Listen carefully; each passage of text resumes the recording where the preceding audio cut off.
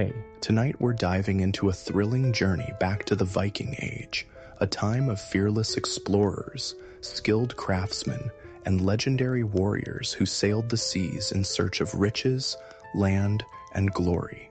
Before we begin, grab a cozy blanket, dim the lights, and maybe light a candle to create that perfect atmosphere for our time-traveling adventure.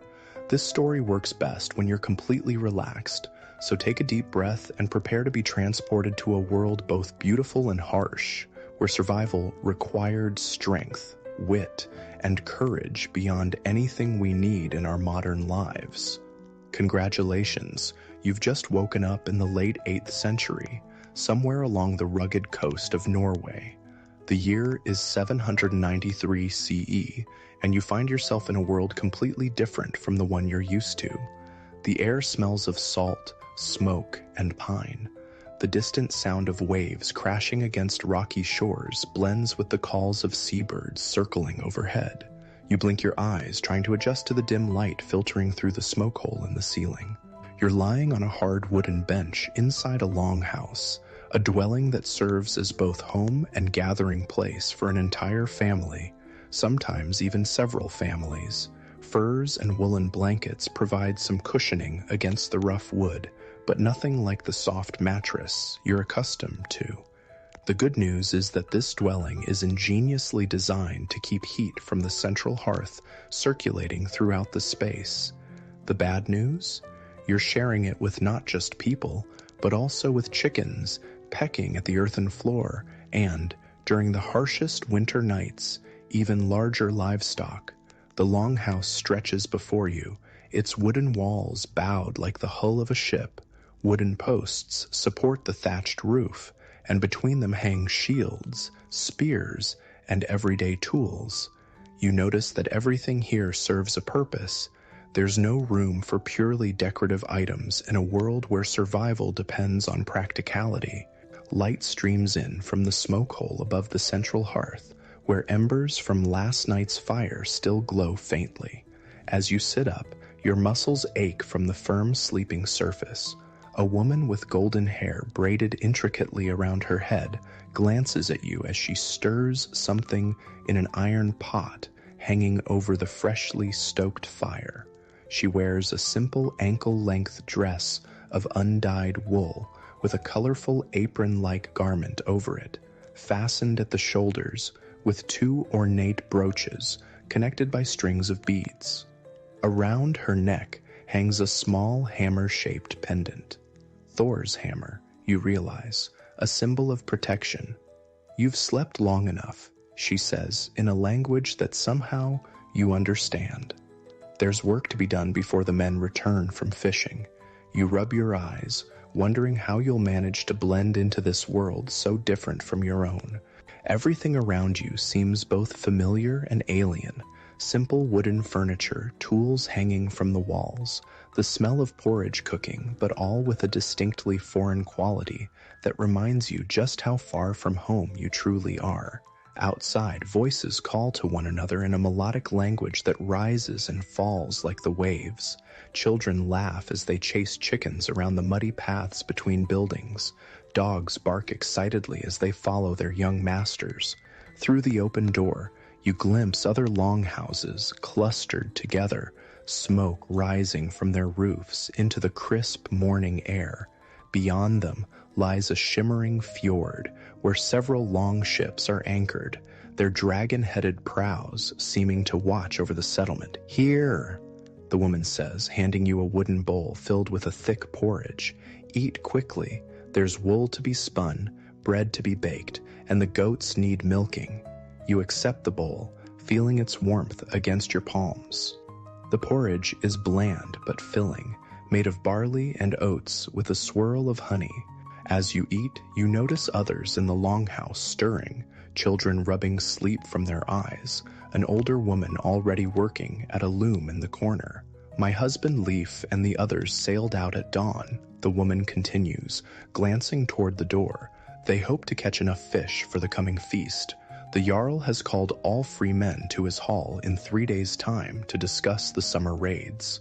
The summer raids. The words send a chill down your spine despite the warmth of the fire. You've woken up at the very beginning of what history will call the Viking Age. Somewhere across the sea, the monastery at Lindisfarne stands unaware that this will be the year when Viking longships arrive on their shores, marking the beginning of an era of exploration, trade, and yes, violence that will change the face of Europe forever. The woman, you learn her name is Astrid, sets you to work with a spindle, showing you how to draw the wool into thread. Your fingers fumble with the unfamiliar tool, and she clicks her tongue impatiently. Have you never spun before? Even a child knows how to do this, she says, taking the spindle and demonstrating with practiced motions. What kind of household did you come from that you don't know such basic skills? You mumble something vague about being from far away, which seems to satisfy her curiosity for the moment. She eyes your strange clothing with suspicion, but doesn't press further. Well, you're here now, and everyone works. That's the way of things, she says firmly. We survive together or not at all. That statement sums up life in this era better than anything else. In the Viking Age, survival depends on community, on each person contributing their skills to the welfare of all. There are no grocery stores, no hospitals, no safety nets beyond what the community provides for itself. If crops fail or fish become scarce, hunger follows. If raiders come from neighboring settlements, everyone must defend their home or lose everything. As the day progresses, you follow Astrid through her tasks, learning the rhythm of daily life. The good news is that, contrary to what you might have expected, personal cleanliness is highly valued among these people. The Vikings are actually quite fastidious compared to many of their contemporaries in Europe. On a weekly basis, usually on Saturday, which they call lagar dagur, or washing day, everyone bathes, a practice that would be considered excessive in many parts of medieval Europe. The bad news is that nearly every aspect of daily life involves intense physical labor. Merely preparing a meal requires grinding grain by hand with stone querns, fetching water from the well, maintaining the fire, and cooking in heavy iron pots. Making cloth starts with shearing sheep, then spinning wool into thread, weaving it on a loom, and finally sewing it into garments, all by hand and often in dim light. Even the simplest medicines must be prepared from herbs gathered in the wild and processed according to knowledge passed down through generations. By midday, your back aches and your hands are raw from unaccustomed work. Astrid notices your discomfort, but only smiles slightly. You'll grow stronger, she says, not unkindly. Everyone does, or they don't survive the winter. Winter. The word carries new weight in this world without central heating, without electric lights to push back the darkness of long northern nights, without modern transportation to bring food from warmer regions. Winter here is not just a season, it's a test of preparation, endurance, and community cohesion. As afternoon approaches, a horn sounds from the shore. Astrid straightens, listening. They're returning, she says, setting aside her weaving and moving quickly to the door. Come, let's see what they've brought. You follow her out into the settlement, where people are emerging from their homes and workshops, all heading toward the narrow wooden dock where several boats are pulling in. These aren't the massive longships you might have expected. Those fearsome dragon-prowed vessels are used for longer journeys and raids.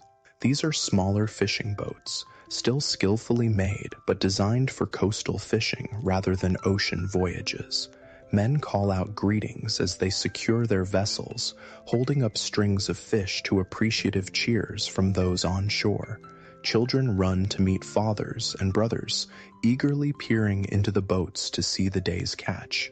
Dogs bark excitedly, darting between legs and sniffing hopefully at the fish being unloaded.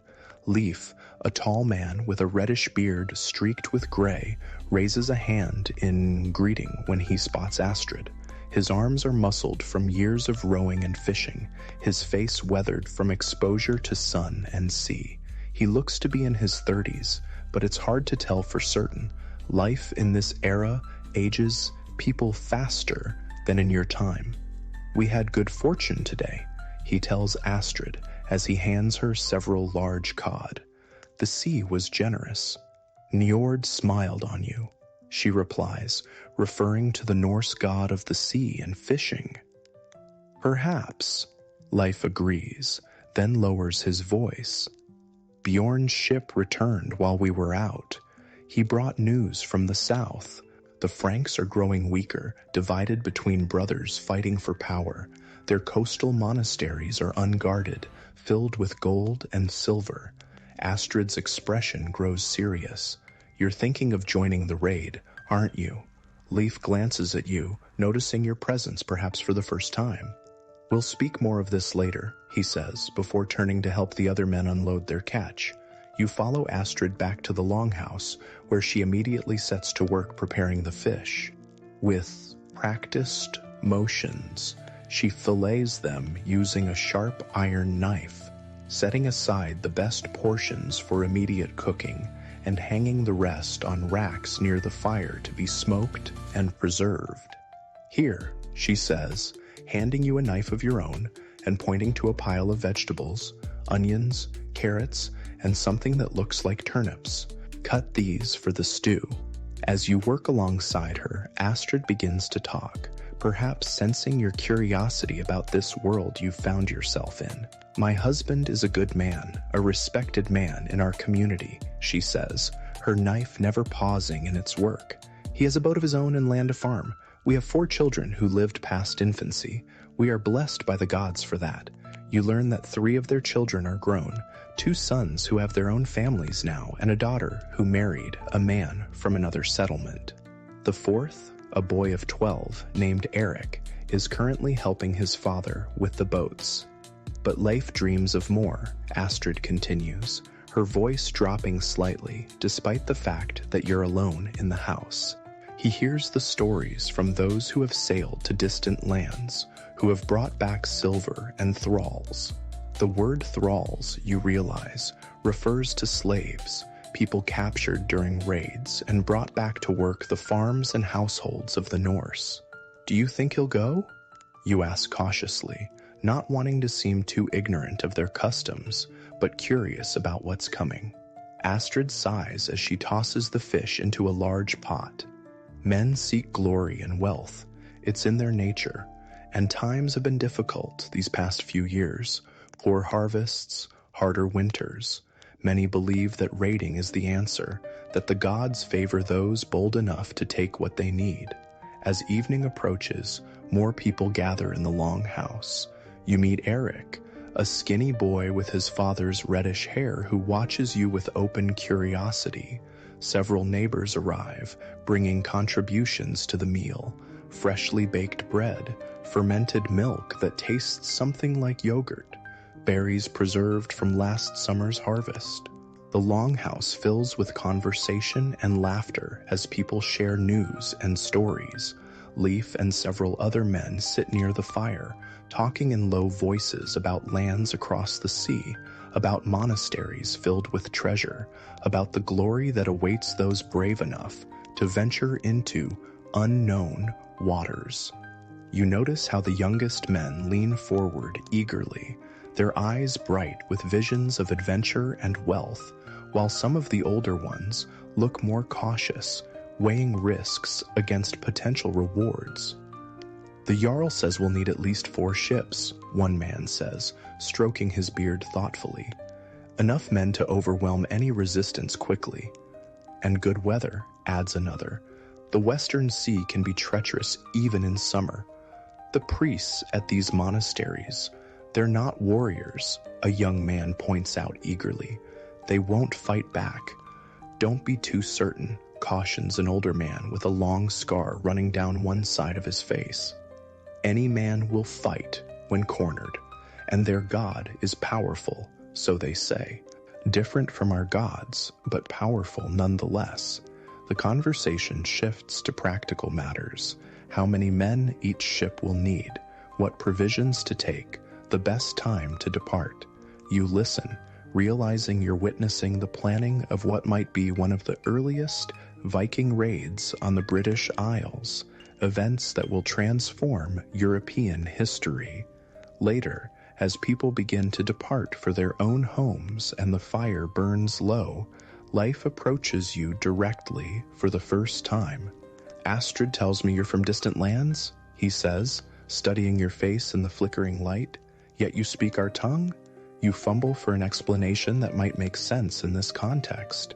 "I've traveled far," you say carefully, "and learned many languages along the way." Leif nods slowly, seemingly satisfied with this vague answer. "A traveler. Perhaps you've seen the lands we speak of? The kingdoms across the western sea?" When you hesitate, he continues, "No matter. If you stay among us, you'll need to contribute. Can you work wood? Metal? Do you know healing herbs? Can you fight?" The question catches you off guard. In your time, most people go their entire lives without needing to defend themselves physically. Here, it's simply another necessary skill, like cooking or farming. "I'm willing to learn," you offer. Leif studies you for a moment longer, then nods. "Good. Tomorrow you'll work with Gunnar the smith. He always needs someone to work the bellows. Hard work, but you'll earn your keep." As you settle back onto the wooden bench for the night, your body aching from unaccustomed labor, your mind races with everything you've experienced. The Viking Age is nothing like you imagined from books or television shows. It's not all battles and raids. Most of daily life revolves around the endless work of survival, growing food, making tools, producing clothing, maintaining shelter. Yet underneath the ordinary rhythm of daily tasks runs a current of something else, a restless energy, a hunger for more than mere survival. You've sensed it in the way people speak of lands beyond the horizon, in the pride they take in their ships, in the stories they tell around the fire of ancestors who sailed into unknown waters and returned with wealth and tales of wonders. As sleep begins to claim you, your last thoughts are of the journey ahead. You've survived your first day in the Viking Age, but harder tests await. Tomorrow brings new challenges, new skills to learn, new dangers to navigate. And beyond that looms the summer and the raids that will launch the Viking Age in earnest, an age of exploration, conquest, and change that will reshape the world for centuries to come. In the darkness of the longhouse, with the embers of the fire casting faint red light on wooden beams overhead, you drift into dreams of dragon ships sailing toward distant shores, their carved prows cutting through waves like knives through cloth, bearing men seeking fortune, glory, and a place in the songs that will be sung for generations. Morning arrives with the crowing of roosters and the soft glow of dawn filtering through the smoke hole. You're already learning that in the Viking Age, people generally rise with the sun and sleep when darkness falls, a natural rhythm dictated by necessity rather than choice. The longhouse stirs to life around you as Astrid builds up the fire and begins preparing the morning meal. Today, as promised, you're to work with Gunnar the smith. After a breakfast of leftover fish stew and a chunk of dense, chewy bread, Leif leads you through the settlement to a small building set slightly apart from the others. Even from a distance, you can hear the rhythmic clanging of metal on metal and feel the heat radiating from the open doorway. "Gunnar," Leif calls as you approach, "I've brought you help for the day." The smith straightens from his work, setting aside a glowing piece of metal. He's a mountain of a man with massive arms and a chest like a barrel. His beard singed in places from flying sparks. Burns and small scars cover his forearms, testament to years at the forge. "This one?" Gunnar asks doubtfully, looking you up and down. "Doesn't look strong enough to work the bellows for an hour, let alone a day." "Everyone starts somewhere," Leif replies with a shrug. and we need those axe heads finished before the ships depart." Gunnar grunts in acknowledgement, then gestures for you to enter his domain.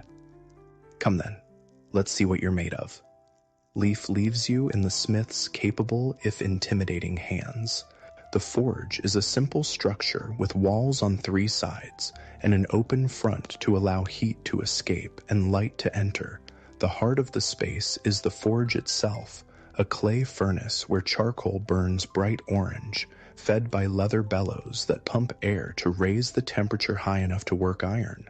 "Your job is simple," Gunnar explains, pointing to the bellows, essentially a large leather bag attached to a wooden frame with handles. "When I say pump, you pump. Steady rhythm, not too fast, not too slow. The fire needs to stay hot, but too much air can ruin the metal. Understand?" You nod, and he positions you at the bellows while he returns to the piece he was working on, what appears to be an axe head, glowing red hot from the forge. He places it on his anvil and begins hammering with practiced strokes, each blow shaping the metal with precision born of years of experience. "Pump," he commands, and you begin working the bellows, pulling and pushing the handles to force air into the forge. It's harder than it looks. The resistance surprises you, and within minutes your shoulders and back begin to ache from the repetitive motion. Sweat beads on your forehead, not just from exertion, but from the intense heat of the forge. Gunnar works methodically, heating the metal, hammering it into shape, then reheating it again. You notice he doesn't use many tools: a hammer, tongs, a punch for making holes, and a few iron implements for specialized shaping. Yet with these simple tools, he creates objects of both beauty and deadly functionality. "Strong weapons mean survival," Gunnar says, noticing your interest as he plunges the red-hot axe head into a barrel of water, sending up a cloud of hissing steam. "A poor blade breaks when you need it most. A good one saves your life." Throughout the morning, you learn that smithing is considered a magical art, as much as a practical one. Gunnar murmurs words over certain pieces, prayers or charms to the gods, especially to Thor, the thunder god associated with strength, and to Odin, the Allfather who sacrificed himself to gain wisdom and knowledge of the runes. "The metal remembers every hammer blow," Gunnar tells you as he examines the edge of a newly forged knife blade. "It remembers the fire, the water, the words spoken over it. All these things give it strength and purpose.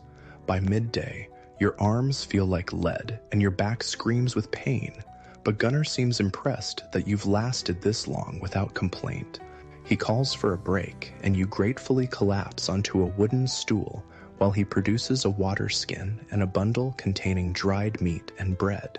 As you eat, Gunnar becomes more talkative, explaining how iron is smelted from ore found in bogs or mined from the earth, how it's mixed with carbon to create steel of varying hardness, how different weapons require different properties in the metal. "For an axe," he explains, "you want the edge hard to hold sharpness, but the body more flexible to absorb shock. A sword needs to flex without breaking, while still holding its edge through many strikes." He shows you various weapons and tools in different stages of completion: spears with socket fittings for wooden shafts, shield bosses of iron to protect the hand holding the shield, knives for everyday use, and more elaborate pieces destined for the Jarl's Hall. "The ships will need 20 good axes at least," Gunnar says, returning to work after the brief rest. "Not for trees, for men." The casual way he speaks of weapons designed to kill sends a chill down your spine despite the heat of the forge.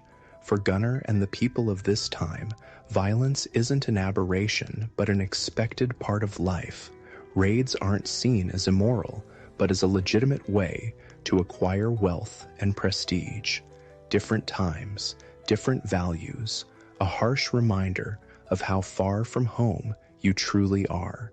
The afternoon passes in a blur of heat, sweat, and the rhythmic sound of hammer on metal. By the time Gunnar declares the day's work done, the sun is low in the sky and several completed axe heads hang from a rack, cooling and waiting to be fitted with wooden handles. "You did better than I expected," Gunnar admits as you prepare to leave. "Come back tomorrow. There's more to be done before the ships sail." You stumble back to Astrid and Leif's longhouse, every muscle screaming in protest. Astrid takes one look at your exhausted face and smoky clothing and nods with approval. "Gunnar worked you hard, I see," she says, handing you a wooden cup filled with something that smells strongly alcoholic. "Drink. It will help with the pain." The beverage burns going down, but leaves a pleasant warmth in its wake. Some kind of mead, you realize. Fermented honey mixed with herbs. As you sip it gratefully, you notice the longhouse is unusually busy this evening. Extra lamps burn, casting flickering light on groups of women working together at various tasks. Some card wool, others spin, and a few work at looms, their fingers flying as they create intricate patterns in the fabric. "We're preparing for the men's journey," Astrid explains, seeing your questioning look. "Ships need sails, warriors need clothing, everyone contributes." You join the women, helping where you can with simple tasks that don't require skills you haven't yet acquired. As you work, you listen to their conversation, which flows from practical matters to gossip, to old tales told to pass the time. "They say the monastery at Lindisfarne has a roof that shines like gold in the sun," one woman comments as she cards wool. "And books bound in jewels," adds another. "Their god must be very rich." "Their god has only one eye, like Odin," an older woman says with authority. "But they say he died and came back to life. Like Balder will after Ragnarok," someone else suggests, referring to the Norse god of light and purity, son of Odin and Frigg, who according to prophecy would return after the final battle that ends the world. Perhaps all gods are the same god, just wearing different faces for different peoples, the older woman muses, earning herself disapproving looks from some of the others. "Careful, Sigrid," Astrid warns. "Such talk borders on disrespect. The gods hear all." The conversation shifts to more immediate concerns. Which ships will go? Who will sail on them? What might be brought back? You learn that this won't be the first time men from this settlement have sailed to distant shores, but previous journeys were primarily for trade rather than raiding. This expedition represents something new, a more aggressive approach born of necessity and opportunity. "3 poor harvests in a row," one woman explains in a low voice, "and the fish not as plentiful as before. People are hungry, worried about the coming winter. And the Jarl needs to prove himself," another adds. "His father was a great leader, respected by all. The son must show he's worthy of the same loyalty."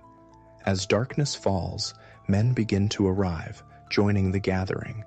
Leif returns with Eric, both carrying armfuls of freshly hewn wood for arrows. They settle near the fire, Leif showing his son how to shape the shafts using a small knife, carefully creating notches for the bowstring and the arrowhead. Throughout the evening, more neighbors drop by, turning the longhouse into an impromptu community workspace and social gathering. The atmosphere reminds you of an old-fashioned barn-raising or quilting bee, everyone contributing to a common goal while sharing news, jokes, and stories. One man produces a stringed instrument, something like a lyre, and soon music fills the space. People sing along to familiar tunes, songs about heroes and gods, about great journeys and battles fought long ago. You notice that these aren't just entertainment, but also serve to teach and reinforce cultural values. Courage, loyalty, hospitality, and cleverness are all celebrated in the verses. An older man with white hair and a deeply lined face begins to recite a poem in a rhythmic, chanting voice. Everyone falls silent to listen, even the children who had been playing noisily in a corner. You recognize this as a skald, a poet and storyteller responsible for preserving the community's history and mythology through oral tradition. The poem tells of the creation of the world from the body of the giant Ymir, slain by Odin and his brothers. It describes Yggdrasil, the world tree that connects the 9 realms of existence, and the gods who dwell in Asgard, ruling over the affairs of gods and men.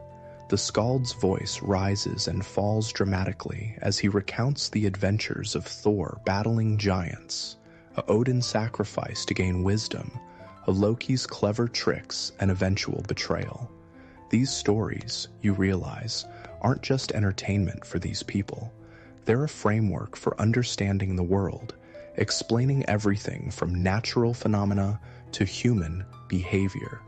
The gods and their tales provide models for how to live, warnings about the consequences of breaking social norms, and reassurance that there's order in what often seems a chaotic and dangerous world.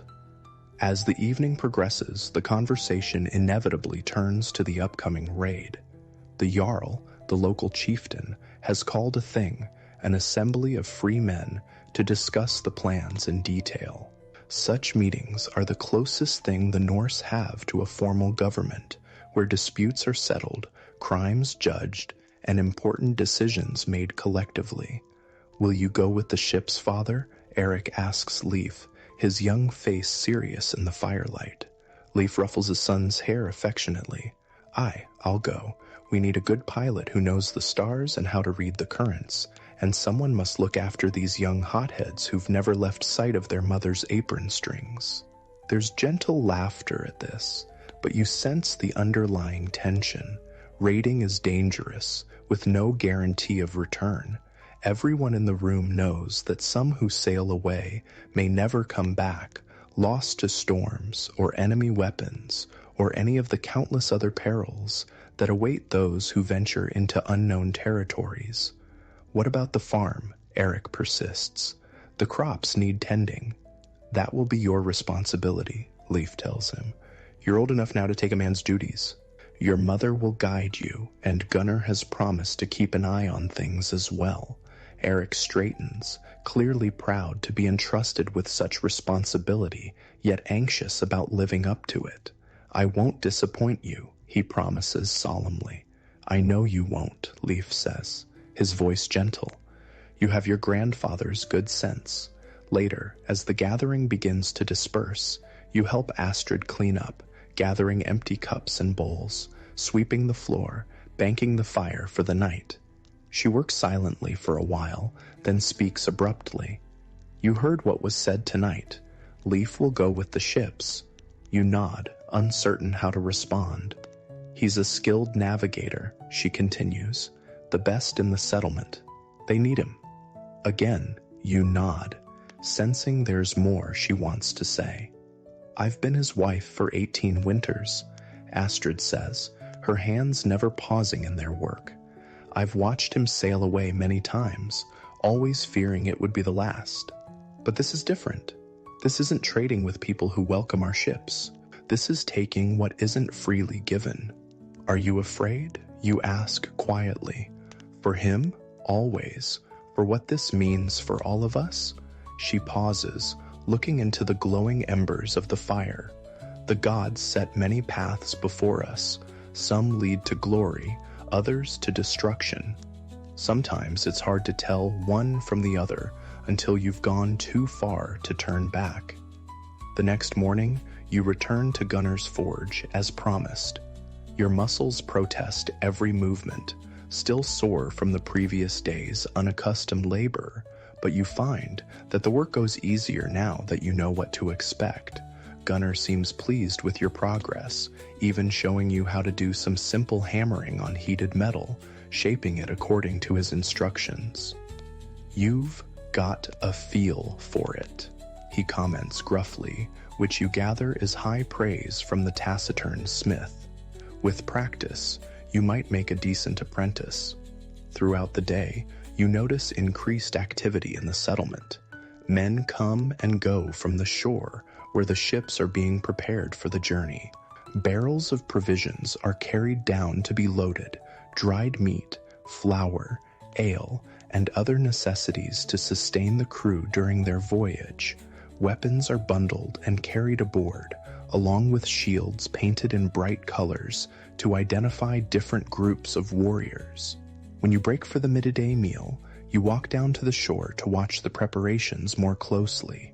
The longships are truly impressive up close, sleek wooden vessels with high, curved prows and sterns, designed for both speed and stability in rough seas. The largest is perhaps 80 feet long, with space for about 40 rowers sitting on benches that run the length of the ship. A single mast stands ready to carry a square sail when the wind is favorable. Men swarm over the vessels, checking every detail with meticulous care. Their lives will depend on these ships. A leak, a broken steering oar, a torn sail could mean disaster in the middle of the open sea. You notice that each ship has its own distinct personality, with carved decorations on the prow and unique patterns painted on the sail. "Beautiful, aren't they?" a voice says beside you. You turn to find Leaf, gazing at the ships with unmistakable pride. "Yes, you agree, honestly. I've never seen anything like them. Nor have the peoples across the sea," Leif says with a smile that doesn't quite reach his eyes. "Our ships can sail in water shallower than a man's height and cross open ocean with equal ease. No other people have vessels like these." "Is that why you're going? Because you can?" you ask, wondering what motivates these people to undertake such risky journeys. Leif considers the question seriously. "We go because we must," he says eventually. "The land here is beautiful but harsh. It doesn't always give us enough to sustain everyone, and a man needs more than just survival. He needs purpose, a chance to prove his worth, to make a name that will be remembered in the sagas." He gestures toward the largest ship. "The Jarl has named her Sea Wolf. She'll lead our little fleet. 4 ships with 30 warriors each, enough to overwhelm any resistance quickly, not so many that we can't make a swift retreat if needed." "When do you sail?" you ask. 3 days from now, if Thor grants us favorable weather." Leif replies, "The Jarl makes a sacrifice tonight, seeking the gods' blessing for our journey." That evening, after finishing your work with Gunnar, you join most of the settlement's population as they gather in an open area near the Jarl's hall. A large fire burns in a stone-lined pit, illuminating the faces of the crowd gathered in a circle around it. At one end of the clearing stands a wooden post carved with what you recognize as images of the gods: Odin with his spear and missing eye, Thor with his hammer, Freyr with symbols of fertility and prosperity. The Jarl himself presides over the ceremony, a tall man of middle years, wearing a fine wool tunic embroidered at the neck and wrists, a cloak of bearskin fastened with silver brooches at his shoulders. His beard is elaborately braided, and he wears arm rings of twisted gold, symbols of his wealth and status. Beside him stands a woman in a long blue dress with a cloak of white feathers, a vulva or seeress, who communicates with the gods through trance and ritual. Her eyes seem to look beyond the physical world as she sways slightly, chanting words too low to hear from where you stand. The ceremony begins with the Jarl raising his hands toward the fire, calling upon the gods to witness and bless the gathering. He speaks of the journey to come, asking for fair winds, safe passage, and success in their venture. Then he turns to the vulva, who steps forward, her face illuminated by the dancing flames. She begins a chant that starts low and rises gradually, her voice taking on a quality that makes the hair on the back of your neck stand up. Though you can understand the language the Norse speak in everyday conversation, her words seem to come from somewhere beyond normal speech, perhaps an older form of the language, or words meant only for divine ears. As her chant reaches its peak, Men lead forward an ox, its horns wrapped in garlands of early summer flowers. With a swift, practiced motion, the Jarl draws a knife across the animal's throat. Blood flows into a wooden bowl held ready, and the vulva dips a bundle of fir branches into it, then walks around the gathering, sprinkling drops of blood on the assembled crowd. When she reaches you, she pauses, her eyes meeting yours with an intensity that feels like she's looking directly into your soul. She says something in that strange, archaic language, then moves on, leaving you wondering what message she might have delivered. The sacrificed ox is butchered on the spot, with certain portions burned as offerings to the gods, and the rest prepared for a communal feast. As meat roasts over the fire, horns of ale and mead are passed among the crowd. The atmosphere gradually shifts from solemn ritual to celebration, with music, dancing, and boasting of past deeds and future glories. You stay close to Astrid and her family, feeling somewhat out of place in this alien ceremony. She notices your discomfort and explains in low tones. The blot connects us to the gods, ensures their favor for the journey. Without their blessing, the ships would be at the mercy of giants and other dangers that lurk in the deep places of the world. The feast continues late into the night, with more formal rituals interspersed with merrymaking.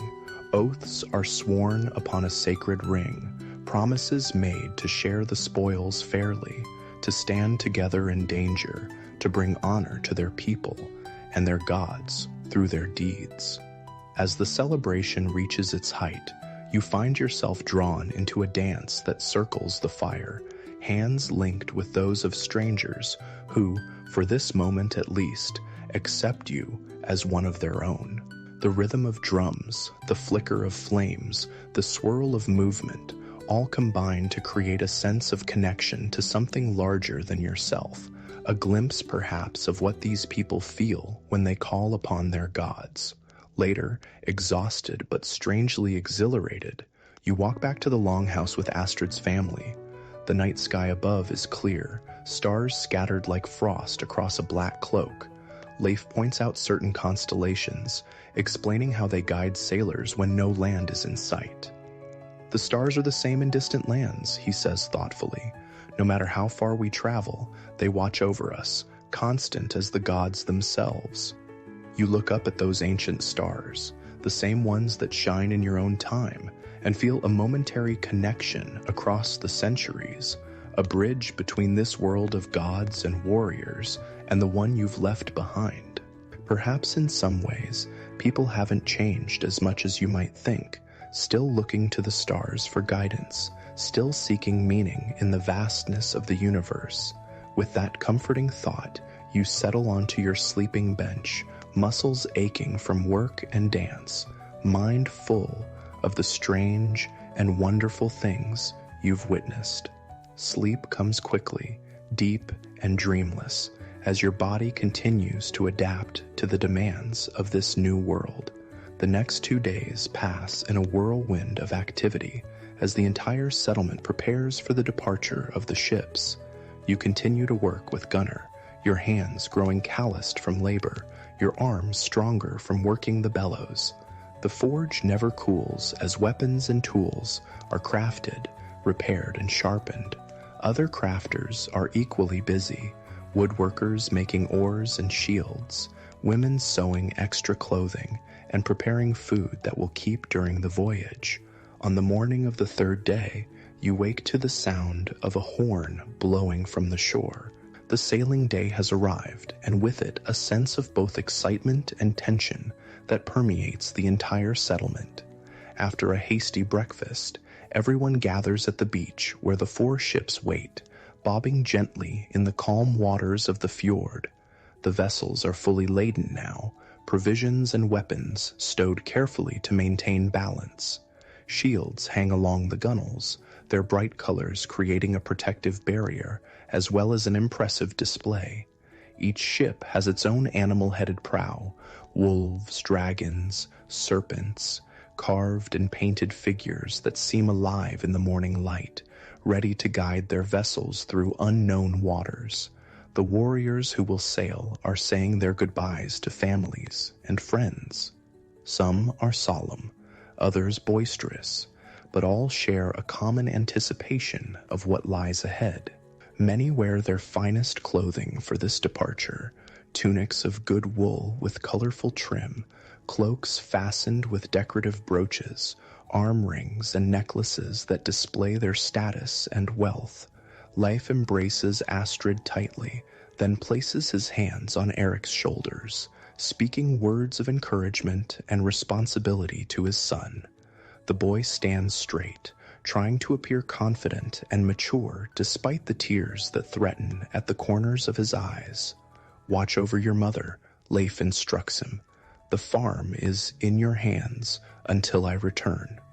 "I will, father," Eric promises, his voice breaking slightly. "May Thor protect you." "And you," Leif replies, ruffling the boy's hair one last time before turning to board his ship. The Jarl steps forward to address the crowd before departure. He stands tall in the bow of the lead vessel, the Sea Wolf, his cloak billowing in the breeze, a polished helmet gleaming on his head. "Today we sail toward a new future," he proclaims, his voice carrying across the water. "Our ancestors have always followed the paths of the sea, trading with distant lands. Now we go further, seeking the wealth that will sustain our people through hard times. The gods have shown us this path through dreams and signs. They sail with us." A cheer rises from the assembled crowd. The Jarl continues, "To those who remain behind, tend the farms, care for the elderly and young, keep our settlement strong. Your work here is as important as ours across the sea. When we return with treasure and tales, the celebration will honor all who made it possible." Another cheer, and then the preparations for departure begin in earnest. Men take their places at the oars, 30 to each ship. Others prepare to push the vessels from the shore into deeper water. The ships have been loaded with care. Heavier items like food barrels and water casks placed low in the hull for stability. Weapons and personal belongings stowed under the rowing benches or along the center line. You stand with Astrid and Eric, watching as Leif takes his position near the steering oar of the second ship. He raises a hand in farewell, and then his attention turns fully to the task at hand, calling out instructions to the oarsmen as they prepare to depart. With a final horn blast, the ships begin to move. They're pushed into deeper water, oars extending like great wings on either side, dipping into the fjord in unison. Slowly at first, then with gathering speed, the vessels glide away from shore, their dragon prows seeming to come alive as they taste the salt water. Women and children run along the shoreline, waving and calling farewell until the ships round a bend in the fjord and disappear from sight. A strange silence falls over the gathered crowd as they stand watching the empty water, each person absorbed in their own thoughts and emotions. Astrid sighs deeply, then straightens her shoulders. "Well," she says briskly, "the fields won't plow themselves, and the goats need milking. Life goes on." And it does. With the departure of the ships, the settlement reorganizes itself around those who remain. Work that would normally be done by the absent men is redistributed. Young boys like Eric take on greater responsibilities. Older men who stayed behind provide guidance, and women oversee the smooth operation of farms and households. You continue to work with Gunnar, who has remained to ensure the settlement has a skilled smith for repairs and day-to-day needs. He begins to teach you more advanced skills: how to judge the temperature of metal by its color, how to create different hardnesses in the same piece, how to add simple decorative elements to functional items. "A knife can be beautiful as well as useful," he explains as he demonstrates how to hammer a pattern into a blade. "Beauty honors the gods who gave us the knowledge of metalworking." Days pass in a rhythm of labor, meals, and sleep. You find your body adapting to the physical demands of this era, growing stronger and more resilient. Your hands, once soft, now bear calluses that allow you to grip tools without pain. You learn to tell time by the position of the sun, to predict weather changes by observing clouds and wind patterns, to identify edible plants in the surrounding forests. In the evenings, there's still time for storytelling around the fire. The skald continues to share tales of gods and heroes, each story containing lessons about courage, honor, wisdom, or the consequences of breaking social norms. You realize these narratives serve as both entertainment and education, reinforcing the values that hold the community together. About 2 weeks after the ship's departure, a storm sweeps through the region. Rain pounds on the roof of the longhouse, wind howls through gaps in the walls, and lightning illuminates the darkness in brief, blinding flashes. Thunder rolls across the sky like the sound of Thor's chariot wheels, which is exactly how the Norse interpret it. Thor fights the Jotnar tonight, the old skald comments, as a particularly loud thunderclap shakes the building. The giants who bring storms and destruction. Children huddle closer to their mothers, both frightened and thrilled by the display of divine power. Even some adults make the sign of Thor's hammer for protection as lightning strikes nearby, the gesture a quick motion from forehead to chest, then shoulder to shoulder. During a brief lull in the storm, Eric voices what everyone is thinking. The ships, will they be safe? No one can answer with certainty. Everyone knows the dangers of the open sea during storms, how even the best-built vessels can be overwhelmed by massive waves or driven onto rocky shores. Prayers are offered silently and aloud for the safety of the absent warriors, their names mentioned specifically to draw the gods' attention to those in need of protection. Mourning reveals the storm's damage, a few roof sections torn away, chicken coops overturned, fields partially flooded. The community works together to make repairs, sharing labor and materials as needed. There's no formal governance structure making these decisions. Cooperation is simply understood as necessary for survival. This is how we've always lived, Astrid explains when you ask about the organization of work. Each family looks after its own needs first, but no one prospers if the settlement as a whole suffers. We help each other because tomorrow we may need help ourselves. This practical philosophy extends to all aspects of life. When a family's cow gives birth to twin calves, the extra animal is given to a neighbor whose own cow died the previous winter. When a child falls ill, women skilled in herbal medicine drop their own work to tend to them. When game is caught during a hunt, the meat is shared according to need rather than being claimed exclusively by the hunter. It's not a perfect system. You notice tensions between certain families, old grudges that simmer below the surface, personalities that clash, but the harsh realities of survival in this era enforce a level of cooperation that overrides most conflicts. A month passes with no word from the raiding party. This isn't unexpected, even in good conditions. The journey to the British Isles would take several weeks, and the raiders planned to stay long enough to make the voyage worthwhile. Still, anxiety grows as time stretches on. Then, on a clear afternoon when many people are working in the fields, a shout comes from the fjord entrance where a boy has been stationed as a lookout. Ships!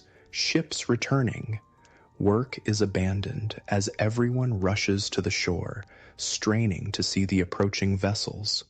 Relief washes over the crowd as 4 dragon prows come into view, all ships accounted for, all returning together as they left. But as they draw closer, it becomes apparent that the journey has taken its toll. One ship sits noticeably lower in the water, its sail patched in several places. Another shows signs of repair to its hull, fresh wood lighter than the weathered planks around it, and on all the ships there are fewer faces visible than departed. The vessels beach with less ceremony than when they left, warriors jumping into shallow water to help pull them ashore. The first men to reach land are greeted with embraces, tears, and rapid questions. Where the answers bring good news, there's joy and laughter. Where they don't, there's the beginning of grief. You stay with Astrid and Eric, watching anxiously for Leif among the returning warriors. Minutes that feel like hours pass before they spot him helping a limping comrade from one of the ships. Leif himself appears thinner than when he left, with a healing cut visible on his forearm, but otherwise unharmed. The reunion is emotional, Astrid embracing her husband fiercely while Eric tries to maintain dignity despite his obvious relief and happiness. Leif hugs them both, his weathered face showing exhaustion but also pride. "You've grown," he tells Eric, measuring his son's height against his own, "and the farm looks well tended." "We had good weather most days," Eric reports seriously, "and the south field has stronger wheat than last year." Leif nods with approval, then turns to include you in the conversation. "And how have you fared in our absence? Has Gunnar worked you to the bone?" Before you can answer, shouts draw everyone's attention to the ships, where men are beginning to unload their cargo.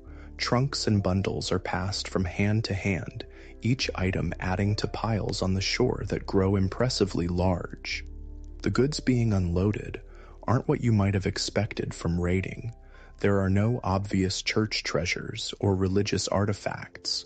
Instead, you see practical items, rolls of fine cloth, bundles of iron tools, sacks of grain, and containers of salt. There are luxury goods as well, silver coins and arm rings, glass vessels, decorated weapons, and small ornaments of unusual design. Most surprising of all are the people being led from the ships, about 20 men, women, and a few older children with the subdued demeanor and simple clothing that mark them as captives. These are thralls, you realize with a shock, slaves taken during the raid, brought back to work the farms and households of the Norse. Seeing your expression, Leif explains matter-of-factly, "We need more hands for the fields and crafts. These people will become part of our community in time, learn our ways, perhaps even earn their freedom eventually." His casual attitude toward what seems to you a horrific practice is a stark reminder of the vast gulf between your modern values and those of this era. Slavery is simply an accepted part of their world, as it was throughout most of human history. The raiders see nothing wrong in taking human beings as property, just as they see nothing wrong in taking other goods that don't belong to them. The Jarl calls for attention, standing once again in the bow of his ship, now firmly beached on the shore. The crowd falls silent to hear his words. "The gods favored our journey," he proclaims, his voice carrying across the assembled community. "Though not without cost. We lost 5 good men to a storm on the outward voyage, and 3 more to the defenders of the Christian temple we raided. Their names will be remembered in our sagas, their courage celebrated in our songs." He pauses as murmurs of sympathy and prayer move through the crowd. Families of the lost men draw closer together, their grief fresh but tempered by pride in how their loved ones died. "But our success far outweighs our losses," the Jarl continues. "The Christian temple at Lindisfarne was rich beyond our expectations, its treasures poorly defended by monks who know nothing of fighting. We took gold, silver, precious books, and fine cloth. We took thralls to strengthen our workforce, and we took knowledge of other such places, equally wealthy, equally vulnerable." A cheer rises from the crowd, especially from the returned warriors who lived through the experience. The Jarl raises his hands for silence once more. Tonight we feast to honor our fallen comrades and celebrate our triumph. Tomorrow we divide the spoils according to our agreement, and when next summer comes, we shall sail again, with more ships and warriors, to claim the riches that await us across the sea. The announcement sends a ripple of excitement through the gathering. The success of this first raid has planted a seed that will grow into decades of Viking expansion throughout Europe, transforming the continent's political landscape and the Norse culture itself. That evening, as promised, a great feast is held in the Jarl's Hall, the largest building in the settlement, where public gatherings and ceremonies take place. Long tables are set up, benches arranged on either side, and food prepared on a scale rarely seen outside of religious festivals. Some of the bounty comes from the raid itself: sacks of foreign grain now baked into bread, kegs of unfamiliar ale, even exotic spices that add new flavors to familiar dishes. The Jarl's wife presides over the preparation, directing thralls, both old and newly acquired, in the massive task of feeding the entire community. You attend with Astrid's family, seated at a table in the middle of the hall, where Leif's status as a shipowner and respected navigator earns him a place of moderate honor. The truly high-status seats are near the Jarl at the head of the hall, where ship captains and the most distinguished warriors sit with their families. As the feast progresses, Leif tells his family about the journey in more detail, the challenges of navigation, the storm that nearly claimed one of their ships, the excitement of spotting land after nearly 2 weeks at sea. The monastery stood on an island, connected to the mainland only by a narrow path that floods at high tide, he explains, sketching the layout in spilled ale on the wooden tabletop. We timed our arrival for dawn, when the tide was high enough to bring our ships close, but the light still dim enough to cover our approach. Were there no warriors to defend it? Eric asks eagerly, hungry for tales of battle. Leif shakes his head. Only monks in rough woolen robes. Some tried to fight with farming tools or kitchen knives, but they had no training, no real weapons. Most fled or surrendered when they saw they couldn't win. And the treasure? Astrid inquires, more practical in her interests. Plentiful, as the Jarl said. Gold crosses studded with jewels, silver chalices, boxes filled with coins. But the strangest treasures were their books, pages of thin material covered in tiny marks, bound between covers decorated with gold and jewels. The monks seemed more distressed by the loss of these than anything else. As Leif speaks, a thrall girl, perhaps 14 years old, approaches with a pitcher to refill cups at your table. She keeps her eyes downcast, her movements careful as she pours ale. You notice she has a bruise on one cheek and a healing cut on her hand, injuries perhaps received during her capture or the journey back. When she reaches Leif, he stops her with a gentle hand on her arm. "What's your name, girl?" he asks in a kind tone that surprises you given the circumstances. "Ethelflaed," she replies in a barely audible voice, the name clearly English in origin. "That's too difficult for our tongues," Leif decides. "We'll call you Flaed. Go now and help with the serving. Tomorrow you'll come to our farm. You'll work hard, but you'll be treated fairly if you obey." The girl, Flaed now, nods silently and continues her task, moving to the next table with her pitcher. You watch her go, wondering about her story, her family, the life she had before Viking ships appeared on her shores. The feast continues late into the night. As alcohol flows freely, the atmosphere grows rowdier. Warriors reenact moments from the raid, sometimes with exaggerated flourishes that draw laughter from the crowd. The skald composes verses on the spot to commemorate particularly brave or clever deeds, ensuring they'll be remembered in the oral history of the community. Music fills the hall. Drums, simple stringed instruments, flutes made of bone and wood. People dance in the open space between tables, their movements energetic and sometimes acrobatic. Even children join in, imitating their elders until they drop from exhaustion and are carried to sleeping furs arranged along the walls. Through it all, the Jarl observes from his high seat, accepting congratulations and tributes from his people. His success as a leader has been confirmed by the raid's outcome, his position strengthened by the wealth he'll distribute tomorrow. In a society where leadership depends on personal charisma and proven ability rather than formal titles or hereditary rights, such visible successes are crucial to maintaining power. Late in the evening, when many have already succumbed to exhaustion or intoxication, the vulva makes an appearance. The crowd falls silent as she enters, her feather cloak ghostly in the flickering light of the hall's fires. She carries a staff topped with brass ornaments that jingle softly as she walks to stand before the Jarl. "The gods have spoken," she announces, her voice carrying in the sudden quiet.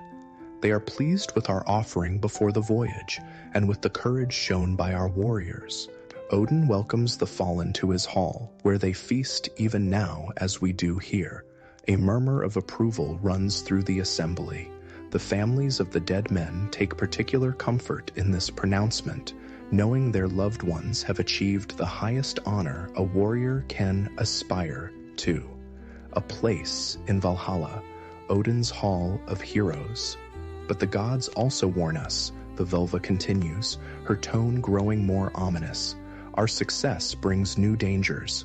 Other peoples will learn to fear our ships, to prepare defenses against us.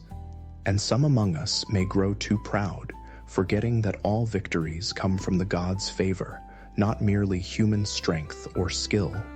She fixes her gaze directly on the Jarl as she speaks these last words. Attention fills the air. Her warning could be interpreted as criticism of his leadership, a dangerous position to take publicly. But the Jarl merely nods solemnly. "The gods' wisdom is always welcome," he responds carefully. "We shall remember both their favor and their warning." Satisfied, the vulva withdraws, leaving the feast to continue in a somewhat subdued atmosphere that gradually returns to celebration as more ale is consumed and the music resumes. You find yourself next to Gunnar, who has remained relatively sober throughout the evening, observing more than participating in the revelry. "What do you think of our Viking ways now that you've seen them?" he asks, using the term Viking in its original meaning, the act of going raiding, rather than as a name for the people themselves. The question catches you off guard. "It's different from what I expected," you admit cautiously. Gunnar chuckles, a rare sound from the usually serious Smith. "Most things are," he observes. "Tales grow in the telling, like trees from seeds.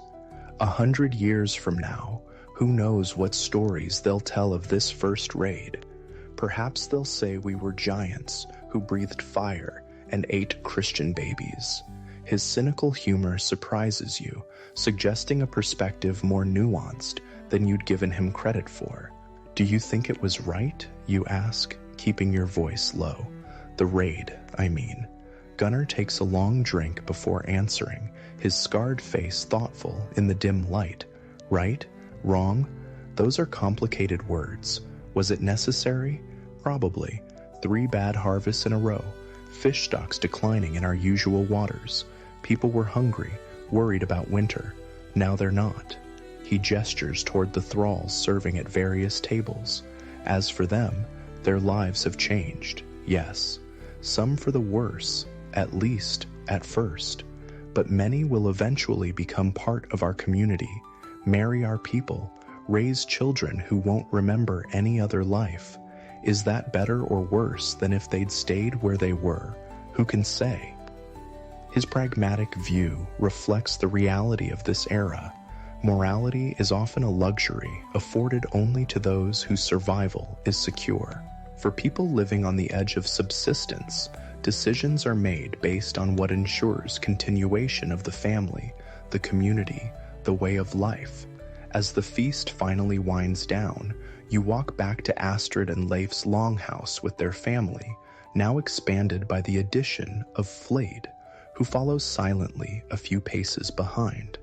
The night is clear, stars brilliant in the dark sky, the path lit by the occasional torch set at crossroads in the settlement.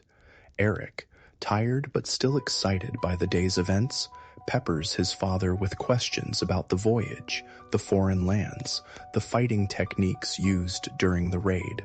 Leif answers patiently, though you notice he softens some of the harsher realities for his young son's ears. Astrid walks in silence, her expression thoughtful. Later, as everyone prepares for sleep, you overhear her speaking quietly to Leif near the banked fire.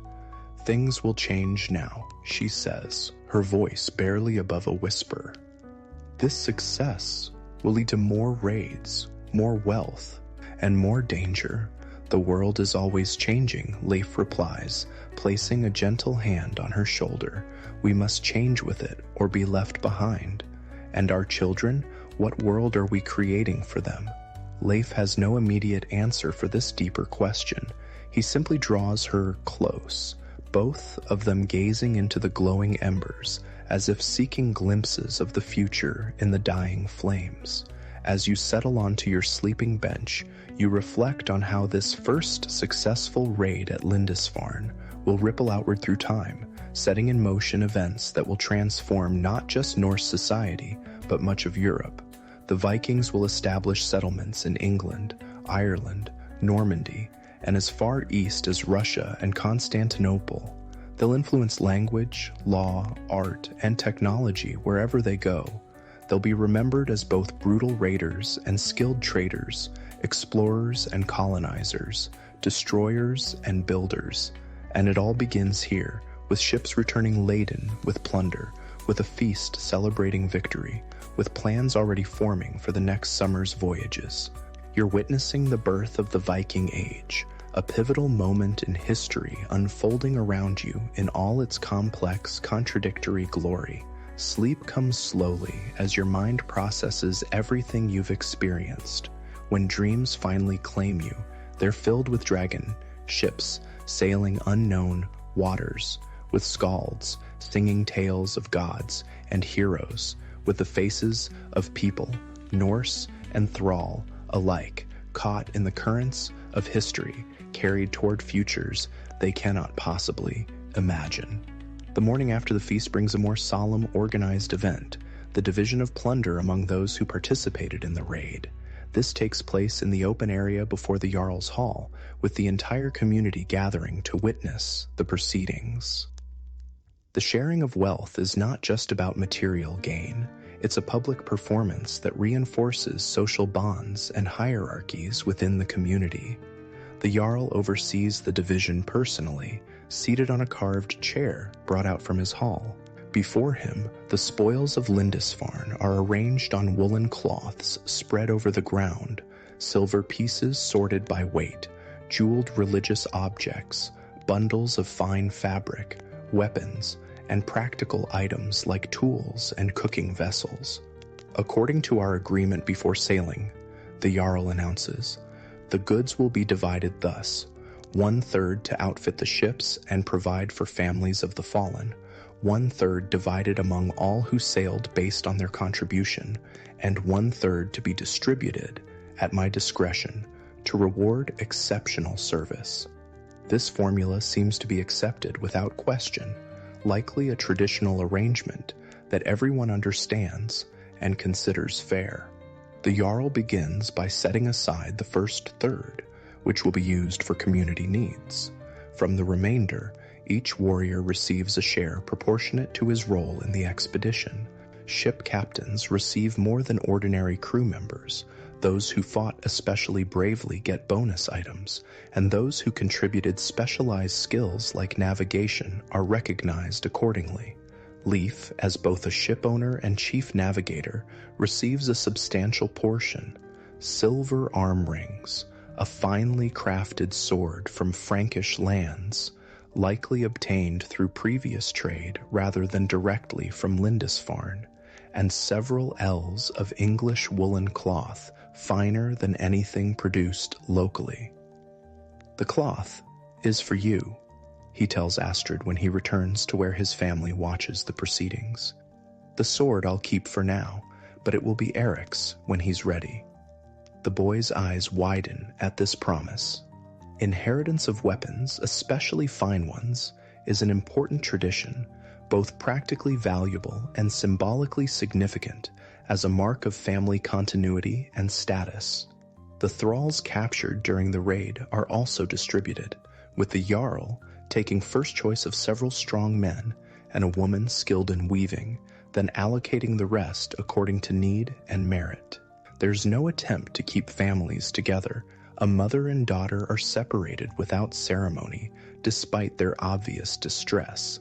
Flade, already assigned to Leif's household, stands quietly throughout the proceedings, her face carefully blank as she watches her countrymen and women distributed like any other goods. You wonder what thoughts lie behind that controlled expression, what memories of home and family she carries silently within her. The distribution ceremony concludes by midday, but its effects ripple through the settlement for days afterward. New wealth creates possibilities, materials for better tools, ingredients for more varied food, luxury items that elevate status. Those who benefited most from the raid, like Leif, gain increased standing in the community, their opinions carrying more weight in discussions, their friendship more actively sought by others. Summer progresses, the days long and generally pleasant in these northern latitudes. Crops grow in the fields surrounding the settlement, tended carefully to ensure maximum yield. Fishing continues in the calm waters of the fjord and beyond when weather permits. Children gather berries and edible plants from the surrounding forests, adding variety to the community's diet. You continue to work with Gunnar, your skills improving steadily under his gruff tutelage. The forge becomes a place of both labor and learning as you absorb not just techniques, but also stories and wisdom from the experienced smith. Iron remembers, Gunnar tells you one day, as he demonstrates how to fold and refold metal to create patterns in a blade. Every hammer blow, every heating and cooling shapes its nature. Like people, our experiences forge us, temper us, make us strong or brittle, depending on how we're handled. Life in Leif and Astrid's household adjusts to include Flayed, the English thrall girl. Initially withdrawn and silent, she gradually becomes more integrated into daily routines. Her weaving skills prove valuable, and she learns Norse quickly out of necessity. You notice that while she's clearly not considered an equal, Astrid treats her firmly but not cruelly, and even Eric develops a protective attitude toward her after scaring off some local boys who were taunting the foreign girl. "She's ours now," you overhear him telling the other boys. "Father brought her back for our household, and no one disrespects what belongs to us." His possessive phrasing makes you wince, but you recognize that in his mind, being theirs offers Flayed protection and a defined place in the social order. It's a complex relationship that can't be simply categorized as either purely exploitative or benevolent. One evening, helping Flayed carry water from the stream, you manage a private conversation away from Norse ears. "Where are you from?" you ask quietly, speaking slowly to accommodate her still developing comprehension of Norse. "Northumbria," she replies after a cautious glance around. "My father was a craftsman at Lindisfarne. He made books." She struggles to find the Norse word, eventually resorting to a gesture of turning pages. "And your family? Were they—" She shakes her head sharply, cutting off the question. "Dead now, better not to speak of them." Her abrupt response silences further questions, but as you walk back together, she adds softly, "It helps to work, to learn. If I am useful, perhaps someday." She trails off, but her meaning is clear. Thralls can eventually gain freedom in Norse society, especially those who prove their value and adapt to their new culture. This glimpse into Flade's perspective reminds you that history is lived by individuals with their own hopes, fears, and strategies for survival. Behind the broad strokes of historical events, invasions, conquests, cultural exchanges, are countless personal stories like hers, most forever unrecorded. As summer reaches its height, the Jarl calls another assembly to discuss plans already forming for the following year. The success at Lindisfarne has whetted appetites for further raids, and information gathered during that expedition has revealed other tempting targets along the coasts of England, Scotland, and Ireland. "We should build more ships," one man argues during the discussion. 4 was enough for Lindisfarne, but if we target larger settlements or expect resistance, we'll need greater numbers. "And train more warriors," adds another. Many young men who stayed behind this year are eager to join the next voyage. The debate continues, with various viewpoints expressed about priorities, strategies, and the balance between raiding and the settlement's ongoing needs. Unlike modern political systems with clearly defined voting procedures, decisions here emerge through a process of discussion, persuasion, and gradual consensus building, with the Jarl having significant influence, but not absolute authority. The assembly concludes with agreements to begin construction of 2 additional ships over the winter to increase training of young warriors, and to establish more formal relations with neighboring Norse settlements that might contribute to the expanded raiding fleet next summer. Resources from the Lindisfarne raid will fund much of this preparation, creating a self-reinforcing cycle that will fuel Viking expansion for generations to come. As autumn approaches, the pace of work intensifies. Harvests must be gathered, fish caught and preserved, meat smoked or salted, fruits and vegetables stored in ways that will keep them edible through the long northern winter. Every member of the community participates in this essential work, even children and the elderly contributing according to their abilities. You find yourself drawn into these activities alongside your continuing work with Gunnar. There's a satisfying rhythm to the harvesting, the swing of a scythe through golden grain, the gathering of sheaves, the threshing that separates valuable kernels from the straw. Though physically demanding, the work happens in a social atmosphere, with songs, stories, and jokes helping to pass the time and lighten the labor. "This is how it's always been," the old skald tells you as he rests in the shade, too frail now for heavy work, but contributing by entertaining the workers. Since the time of our earliest ancestors, the gathering of the harvest has been both work and celebration, a time when the community comes together to ensure survival through the dark months ahead. As the days grow shorter and the air takes on the crispness of approaching winter, the settlement prepares for the winter solstice celebration, the time known as Yule in the Norse calendar. This festival marks the longest night of the year and the subsequent return of the sun, a crucial turning point, both practically and spiritually. Preparations begin weeks in advance. Special foods are prepared, bread baked in ritual shapes, meat set aside from the autumn slaughter, ale brewed stronger than usual. The longhouses are cleaned thoroughly and decorated with evergreen boughs that symbolize life continuing through winter's apparent death. On the day of the solstice itself, activity begins before dawn and continues well into the night. A massive bonfire is built in the central gathering area, its flames symbolically strengthening the weakened sun. The Jarl sacrifices a boar to Freyr, the god associated with fertility and prosperity, asking for his blessing during the coming year. The community gathers for a feast even more lavish than the one that celebrated the raiders' return. Tables groan under the weight of food, roasted meats, preserved fruits, bread, cheese, and sweets made with precious honey. Ale and mead flow freely, their intoxicating effects considered part of the spiritual experience, a way of connecting with divine forces. Music, dance, and ritual blend together throughout the celebration. Children run laughing through the settlement with torches, symbolically bringing light back to the world. Couples slip away into the darkness, their unions during the sacred time believed to be especially blessed. Elders tell tales of the gods' own Yuletide celebrations in Asgard, creating parallels between divine and human experience.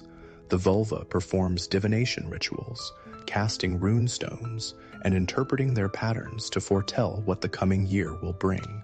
Her prophecies are deliberately ambiguous: good harvests if the gods are properly honored, successful raids if courage doesn't falter, health for those who maintain right relations with divine powers. These predictions offer both guidance and flexibility, allowing for adjustment based on future developments.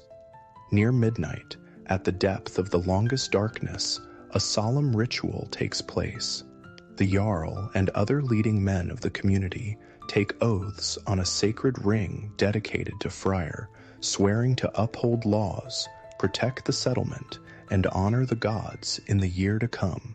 These promises have both religious and social significance, binding the leadership to their responsibilities and reaffirming the community's shared values. Leif participates in this oath-taking, placing his hand on the ring and speaking words that commit him to specific actions in the coming year, including leading one of the ships in the planned expanded raids.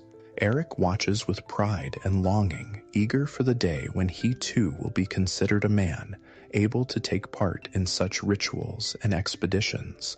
The Yule celebration continues for 3 days, gradually transitioning from formal religious observances to more relaxed socializing.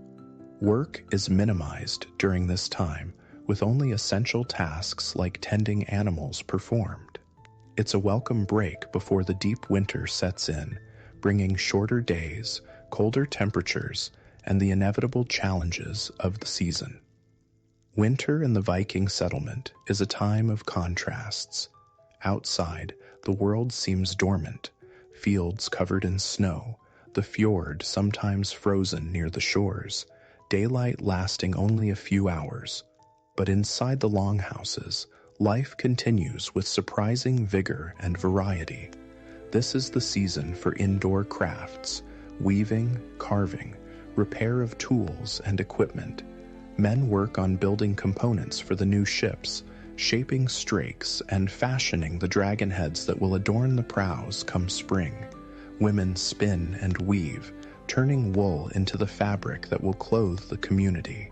Children learn these skills alongside their parents, education happening through observation and gradually increasing participation rather than formal instruction.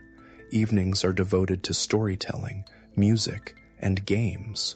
The old skald shares tales of the gods and heroes, but also stories of the community's own ancestors, keeping their memory and deeds alive.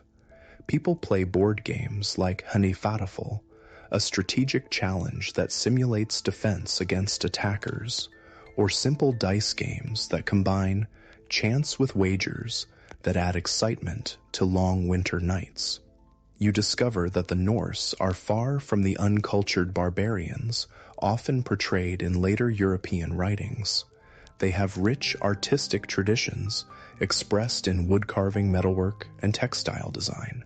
Their poetry follows complex structural rules with careful attention to alliteration and rhythm. Their understanding of navigation, shipbuilding, and weather patterns reflects sophisticated observational science, even without formal scientific methods as you know them. The winter passes more quickly than you expected, each day filled with work, learning, and social interaction. You find your place within the community becoming more established, no longer a strange outsider, but someone with recognized skills and contributions to make. Gunnar speaks of taking you on as a formal apprentice when spring comes, a significant step that would give you a defined role and path toward eventual independence. But your growing integration into Norse society also brings complications. As you understand more of their language and customs, you're expected to participate more fully in all aspects of community life, including religious rituals that honor gods you know will eventually be displaced by Christianity, preparations for raids that will bring violence to innocent communities, and the everyday acceptance of thraldom that conflicts with your modern ethical principles. These tensions come to a head one evening when Leif, inspecting the growing pile of woodwork for his ship, speaks directly about your potential role in the coming raiding season. "You've grown stronger since you came to us," he observes, watching you help move a newly carved oar into place. Gunnar says you learn quickly. You could be useful on the ships this summer. The invitation, for that's what it is, despite the practical framing, catches you off guard. Participating in a Viking raid would give you unprecedented historical insights, a direct experience of events, usually known only through fragmented records and archaeological evidence. But it would also make you complicit in violence and theft, possibly even the taking of lives and liberty from people like Flayed. "I need to consider this," you reply carefully, aware that refusing outright might damage your position in the community. "It's a significant opportunity."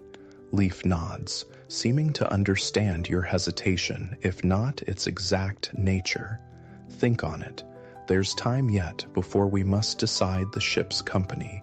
That night, sleep eludes you as you ponder this dilemma. Your presence here hasn't changed the course of history. Lindisfarne was raided just as the historical record shows, and the expansion of Viking activity is proceeding as it did in the timeline you know. You're an observer to these events, not their cause. But joining a raid would cross a line from observation to participation in a way that feels profoundly troubling. Your thoughts are interrupted by a soft sound nearby. Rising on one elbow, you see Flayed sitting up on her sleeping bench, her face wet with silent tears. She doesn't notice your attention, lost in her own private grief, illuminated only by the faint glow of the banked fire. The sight crystallizes your moral quandary. Real people suffered in the historical events unfolding around you. To participate would be to directly contribute to that suffering, regardless of how inevitable these events might be in the larger sweep of history. Before you can decide how to respond, whether to offer comfort to Flayed or pretend sleep to give her privacy in her grief, a more dramatic interruption occurs. Horn blasts pierce the night, sharp and urgent, the signal for danger or attack. Within moments, the longhouse erupts into activity as Leif leaps up, reaching for his sword, even as he calls for others to wake. "Raiders!" comes the shout from outside. From the south, 3 ships. The irony isn't lost on you, the raiders themselves facing a raid. This region of scattered settlements, limited formal governance, and wealth accumulated through both trade and plunder creates a landscape where such attacks are always a possibility. Not all Norse are allies. Different groups compete for resources and prestige, sometimes violently. Leif is already strapping on his sword belt. "Eric, help your mother gather valuables. Into the forest if they breach the settlement." He turns to you. "Can you fight?" It's a moment of decision in more ways than one. Fighting to defend the community that has sheltered you feels different from participating in an offensive raid, but violence is violence, and you have no practice with Viking-era weapons. "I'll do what I can," you answer, which is truthfully ambiguous enough to satisfy Leif, who nods and tosses you an axe, not a specialized battle axe, but a common wood-cutting tool that can serve as a weapon in emergency. Outside, the settlement is in organized chaos. Women and children gather essential supplies and prepare to retreat to predetermined hiding places in the surrounding forest if necessary. Men arm themselves and assemble in fighting groups, directed by the Jarl and other experienced warriors. Older boys run as messengers between groups, carrying orders and information. From the shore comes the sound of battle already joined, shouts, the clash of weapons, cries of pain and defiance. The attackers have beached their ships and are pushing into the settlement, facing resistance from those who were on watch or quick to respond. They came with the late tide, using darkness for cover, reports a breathless messenger to the Jarl, 20 or 30 warriors at least. Their target? The Jarl demands. The hall, most likely, the messenger replies. They know of our success at Lindisfarne. The Jarl nods grimly. Then we defend the hall. Osgrim, take 10 men around to the western approach. Leif, your group holds the direct path. I'll lead the main defense at the hall itself. Leif gestures for those assigned to him, including you, to follow as he moves toward a position between the advancing raiders and the Jarl's hall. In the confusion of darkness, with only partial moonlight and scattered torches for illumination, it's hard to get a clear picture of what's happening. You stay close to Leif, axe gripped tightly, heart pounding with a combination of fear and unwanted excitement. Hold together, Leif instructs the men with him. Let them come to us. We know this ground. They don't. You take position behind a woodpile that offers some cover, while allowing you to see the path the raiders would likely take. Minutes stretch into what feels like hours as you wait, straining to interpret distant sounds of conflict, trying to judge how the battle is progressing elsewhere in the settlement. Then, suddenly, movement in the darkness ahead, shapes moving quickly between buildings, trying to stay to shadows. Leif signals for silence, allowing the approaching group to draw closer before revealing your presence. When the raiders are just 20 paces away, Leif gives the signal. 3 archers with your group loose arrows, finding targets with practiced accuracy. 2 raiders fall immediately. A third staggers, but keeps coming. Then it's close quarters combat as the groups clash together. The violence is nothing like choreographed movie fights. It's chaotic, desperate, brutally direct. Men aim for killing blows immediately, without the extended dueling seen in films. A sword thrust to the gut, an axe to the neck or face, a spear driven through a thigh to bring an opponent down for a finishing blow. The fighting is quick, savage, and terrifyingly efficient. You hang back, overwhelmed by the reality of combat, until a raider breaks through the line and charges directly at you. Instinct takes over as you swing your axe, aiming more to create distance than to strike a lethal blow. The axe head catches the man's upraised arm, cutting deeply. He howls in pain, but keeps coming, sword raised in his other hand. Before he can reach you, Eric, who was supposed to be helping his mother but obviously slipped away to join the fighting, appears from nowhere and drives a short spear into the raider's side.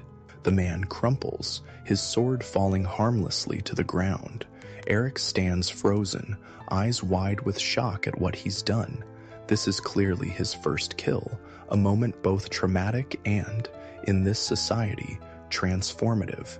You pull him back to safety as the fighting continues around you, his face pale in the moonlight, breath coming in short gasps. I killed him, the boy stammers, part horror, part disbelieving pride. You saved me, you reply, holding his shoulders steady. Breathe, stay focused, we're still in danger. The warning is timely. Another wave of raiders is approaching, having pushed through defenses elsewhere. Leif and the remaining men in your group fall back toward the Jarl's Hall, where the main defense is centered. You keep Eric close as you retreat, watching for attacks from the sides or rear. The hall itself has been prepared for defense, with shields reinforcing the walls and men positioned at all potential entry points. You join the defenders inside, where the Jarl is directing operations with calm authority, despite blood staining one sleeve from a wound already received. "They're after our Lindisfarne treasure," he tells the assembled men.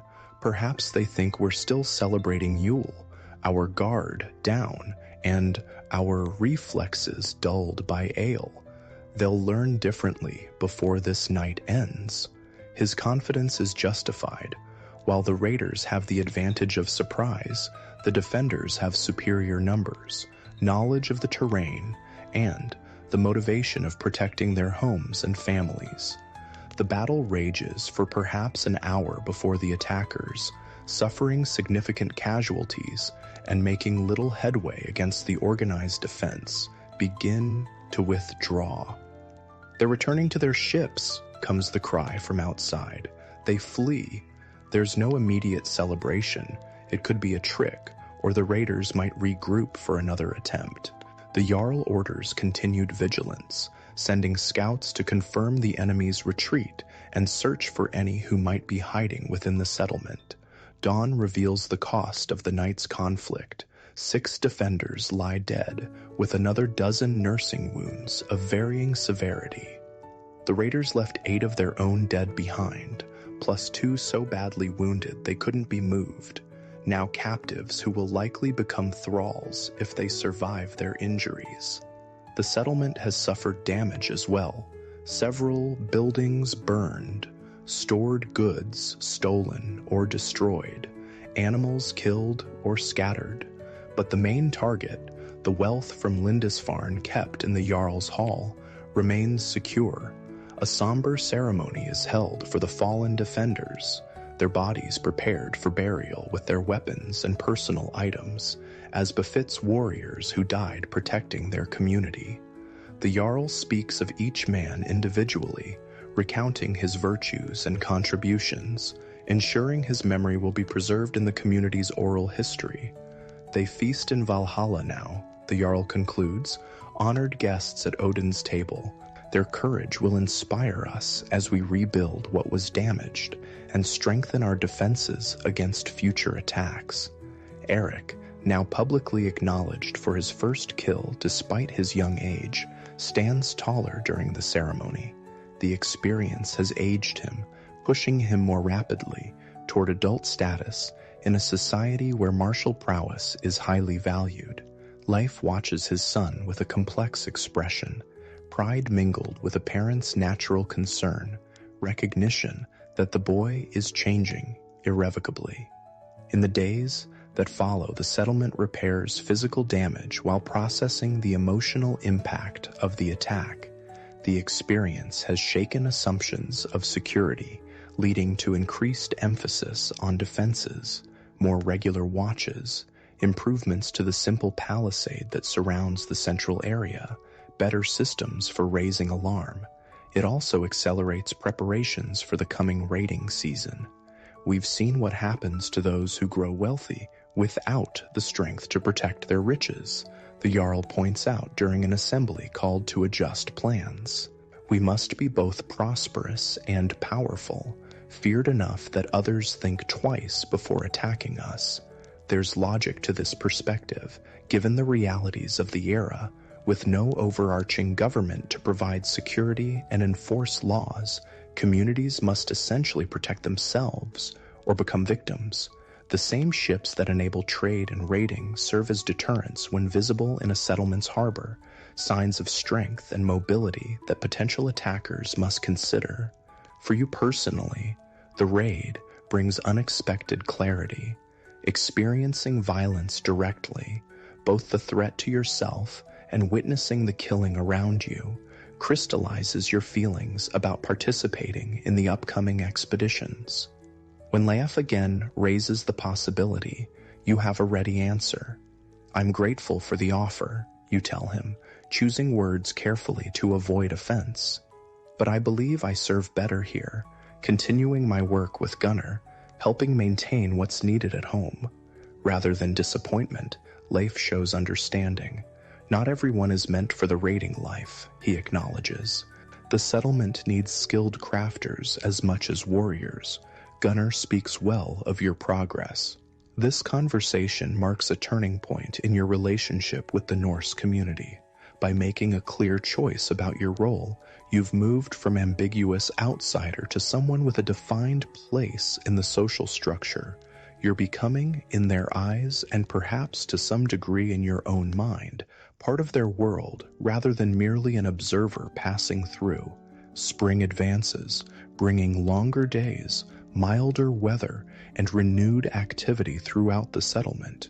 Fields are prepared for planting, fishing increases as the fjord becomes more navigable, and construction of the new ships proceeds rapidly now that the wood has been properly seasoned over winter. The vessels take shape on the shore, longer and more imposing than the existing fleet, designed specifically for the dual purposes of raiding and transporting significant cargo back home. Their dragon head prows are carved with particular ferocity, intended to strike fear into those who see them approaching hostile shores. By late spring, the expanded fleet stands ready, 6 ships that can carry nearly 200 warriors, along with supplies for an extended journey. The planned raids are more ambitious than the previous year's expedition, targeting not just isolated monasteries, but also trading centers where greater wealth might be found. Leif will captain one of the ships, his navigational skills too valuable to leave behind despite Astrid's obvious concern about him departing again. Eric, though eager to join the raiders, is still considered too young, a judgment that leads to bitter arguments until Leif finally puts his foot down with uncharacteristic sharpness. "The farm needs you," he tells his son firmly. "Your mother needs you. Prove yourself capable of these responsibilities, and next year we'll speak again of raiding Sao." As departure day approaches, you find yourself drawn into the preparations despite your decision not to sail. Gunnar has you working long hours to complete needed metalwork, repairs to existing weapons, fittings for the new ships, tools that will be useful during the voyage. The forge burns continuously, and your skills are tested to their limits by the variety and volume of work required. On the evening before the ships are to depart, a ritual similar to the previous years takes place.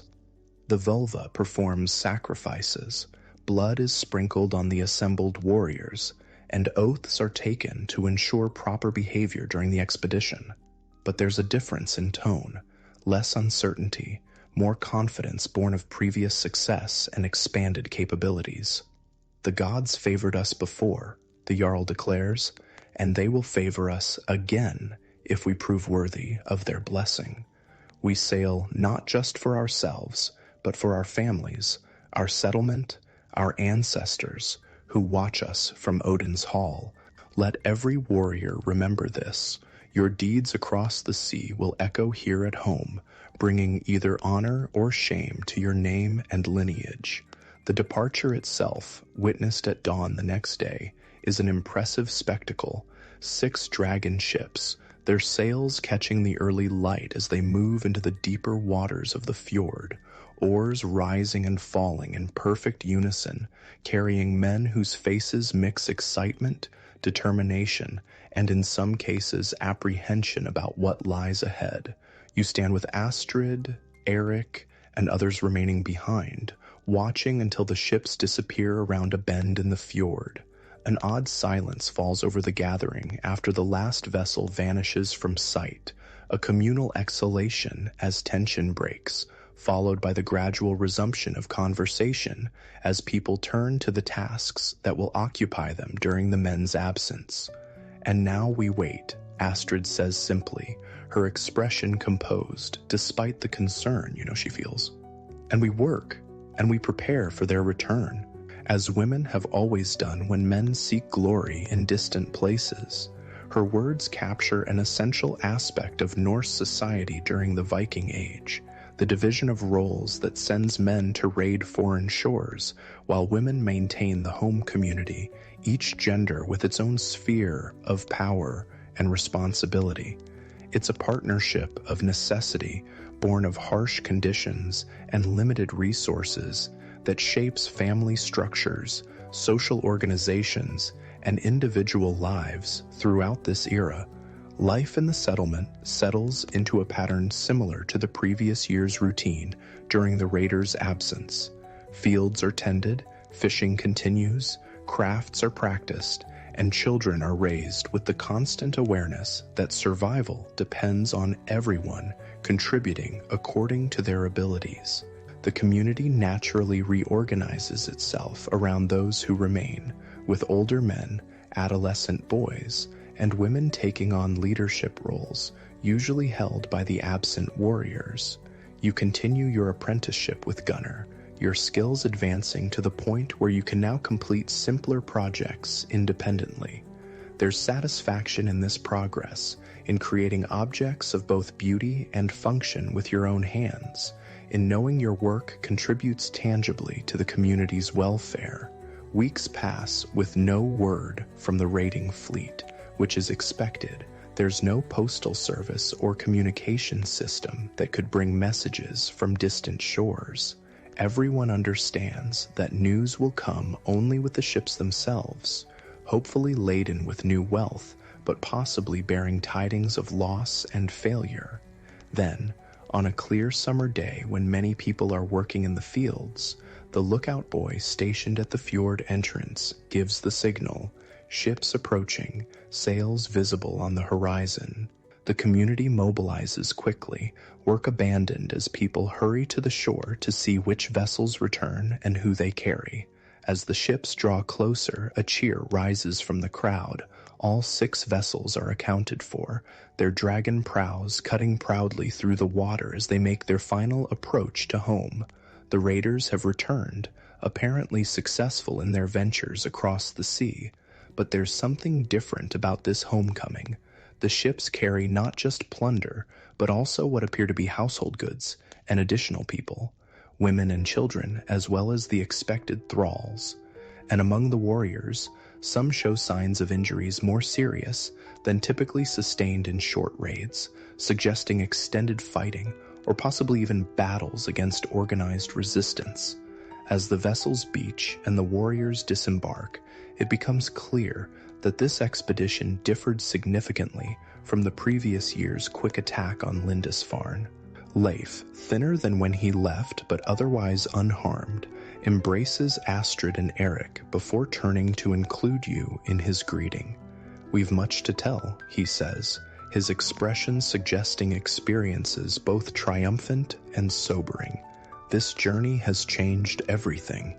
And as the returned raiders share their tales in the celebration that follows, you begin to understand just how significant this expedition has been. They raided not just monasteries, but coastal settlements, penetrating deeper into territories that had never before seen Norse ships. They established a winter camp on a small island off the Scottish coast, using it as a base for continued operations rather than immediately returning home. Most importantly, they've brought back not just plunder, but knowledge, detailed information about lands, peoples, defenses, and opportunities that will inform Norse expansion for generations to come. The Viking Age is now truly underway, moving beyond isolated raids to a systematic exploration and exploitation of territories across the North Sea and beyond. That night, as tales are shared around fires throughout the settlement, you realize you're witnessing history unfold in real time. The transformation of Norse society through contact with outside cultures. The beginning of changes that will eventually lead to the Norman conquest of England, the settlement of Iceland and Greenland, even the first European discovery of North America centuries before Columbus. The world is changing around you, shaped by dragon ships and the ambitious men who sail them, by the communities that support those voyages, and by the complex interplay of necessity, opportunity, courage, and cruelty that drive